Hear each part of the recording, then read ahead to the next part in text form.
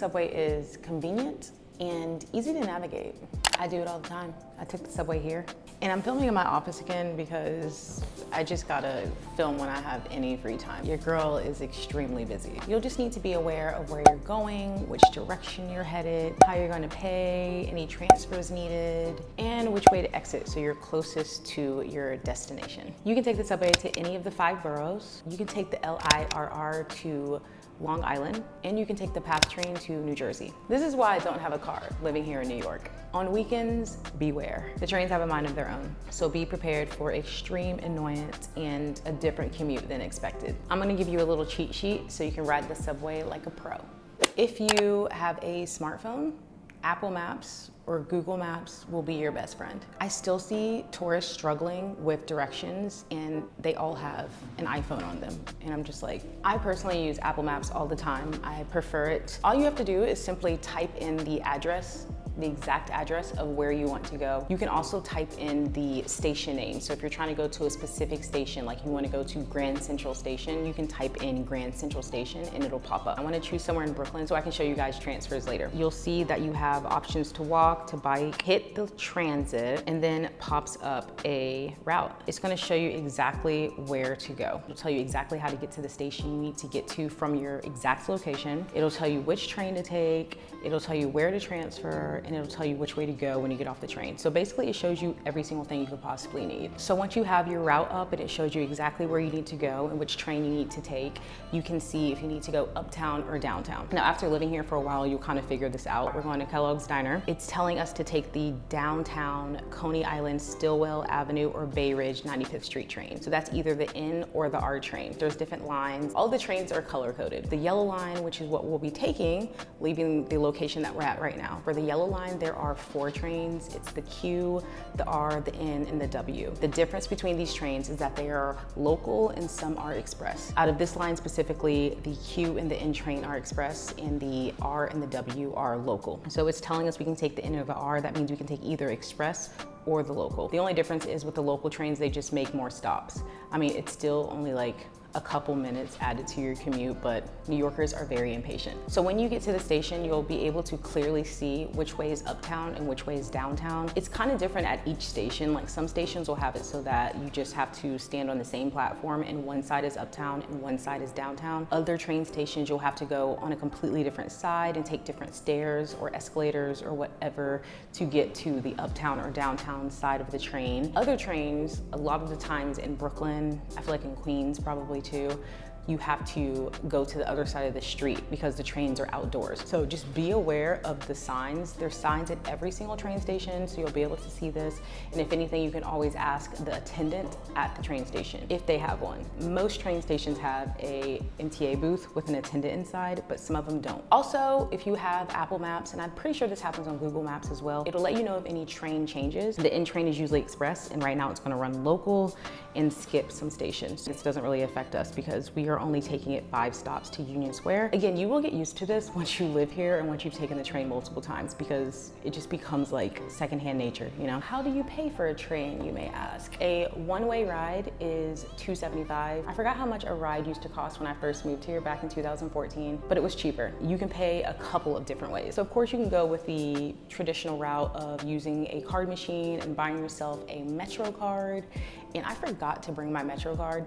Like I have one in my purse somewhere and I forgot to bring it because I don't really use my Metro card anymore. And I'm gonna tell you about that in a second. You just go to any of the card machines. Sometimes they'll only be taking card.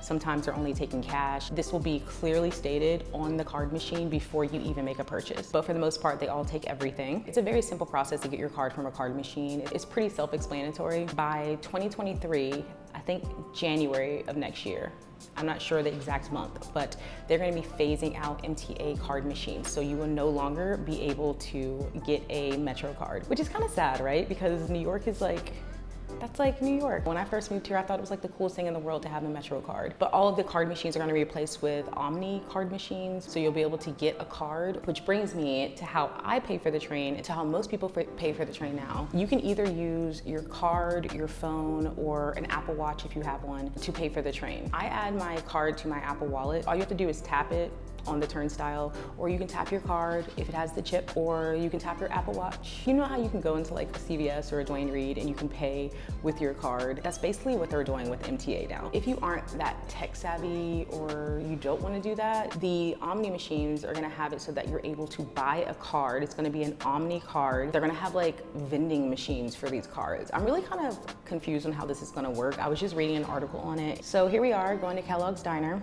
We have a transfer because we're going into Brooklyn. Even if you're in one borough and staying in that borough, like if you're going in Manhattan to somewhere else in Manhattan, or in Brooklyn to somewhere else in Brooklyn, you still might have a transfer depending on what part of the borough you're going to. We are going to take either the N or the R to Union Square, whichever one shows up first. Union Square is one of those central stations where there's a lot of transfers. You can transfer to the L, any of the green line. You're gonna take that to Union Square, and then you get off and you're gonna walk 2 minutes. You're just going up some stairs, and we're transferring to the L train, the Brooklyn bound L train. When you get to this station specifically, it is on the same platform. The Brooklyn bound is on this side and the Manhattan bound is on this side. And all you do is just stand on the side that you need to, and the train will show up. Just make sure you're looking at the train itself. It does say it on the LED display. Sometimes you will have to transfer and leave the station. Sometimes you'll have to walk within the station to like another side to get to whatever train you need to transfer to. It really just depends on where you're going and what trains you're taking. I'm losing the sun.